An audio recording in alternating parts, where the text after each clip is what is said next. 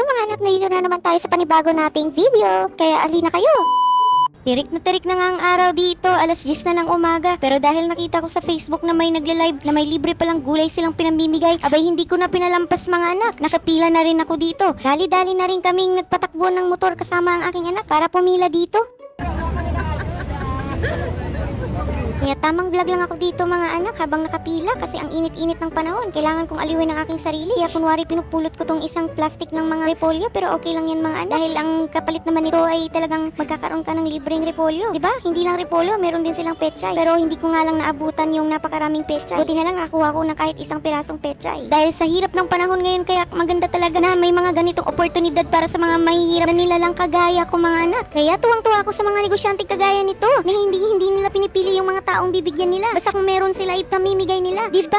Napakalaking tulong na nito. Kagaya ko. Kaya napakaganda lang makareceive ng mga ganitong klaseng gulay kagaya ng repolyo at pechay.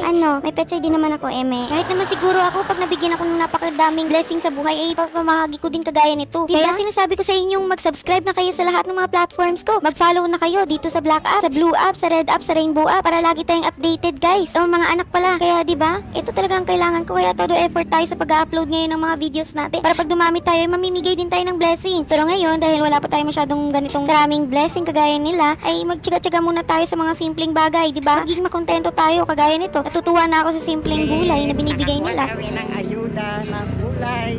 Pauwi na kami. Yan, dami namin nahingi. O, di ba tuwang-tuwa na ang nanay ninyo? Ito dahil dito makakatulong na rin sa amin na makasahod sa pang-araw-araw naming magkain o kapangangailangan namin sa pang-araw-araw. Dami namin gulay. Kaya ano kami ngayon? Puro gulay. Yan, pauwi na kami.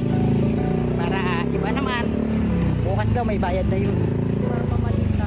Sobrang dami ng gulay. Uwi na pala kami nito mga anak. Kaya nag-iisip-isip na rin ako kung anong pwede kong gawin dito. Pwedeng ginisa, pwedeng adobong.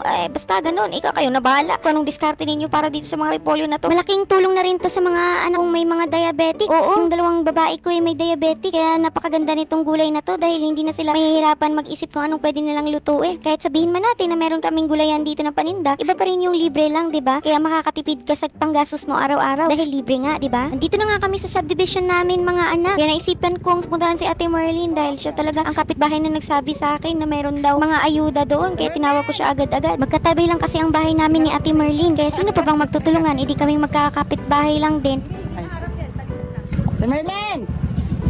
Kesa naman makipag-awayan tayo di ba sa mga kapitbahay natin para na rin sa peace of mind natin, di ba? Naputol nga pala yung video ko kanina habang kausap ko si Ate Marlene. Kaya pinapunta ko na lang siya dito sa harap ng aming tindahan para bigyan din siya nitong repolyong nakuha namin kanina. Diba? Share your blessing. Kaya shoutout sa iyo Ate Marlene. Salamat dahil in-inform mo akong may bigayan pala ng gulay doon sa bandang highway. Kaya kung nakaabot ka na dito sa bandang dito sa video na ito ay huwag kalimutang i-share yung video. Salamat hanggang sa uulitin.